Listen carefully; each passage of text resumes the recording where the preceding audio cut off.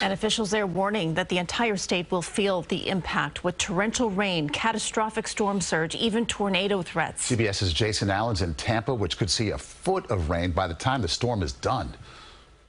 Maurice and Christine, this part of Tampa, this is a good 100 miles maybe from where this storm came on shore. But even here, we're experiencing some of the strongest winds yet. Gusts of up to 60 miles per hour, starting to see some damage to some of the trees here in the downtown area. This is such a huge storm with the impacts going all the way from the Florida border south to the Florida Keys. Hurricane Ian has arrived on U.S. shores. A powerful, lumbering storm that's expected to batter millions in Florida.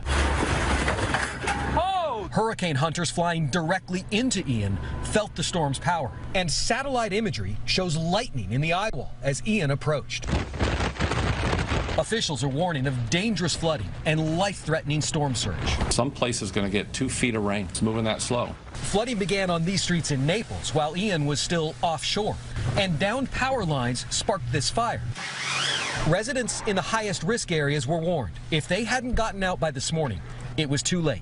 I urge Floridians who have made the decision to shelter in place, to stay indoors, and stay off the roads. But the curious came out to Tampa Bay earlier as water receded from the shoreline. It's been pushing water out of the bay. This is a swimming area usually, and right now you can walk on it. It's like a one-in-a-lifetime thing. But there is serious business ahead as Ian bears down. FEMA has hundreds of boots on the ground and has pre-positioned food and water supplies. Florida's governor is already forecasting a long recovery. This is not just a 48-hour ordeal. This is going to be something that is going to be there for days and weeks and months. We have seen some of those rescue crews and storm crews that have come in from all over the southeast U.S., some of them even staging here in the downtown area. They are waiting for the worst of these winds to pass before they can go into neighborhoods and see if there are any people there who need help. Maurice and Christine. Jason Allen reporting for us there, and this just into our newsroom. Video from Bradenton, just the city south of Tampa, showing a transformer blowing. You can see it light up and then sparks fly.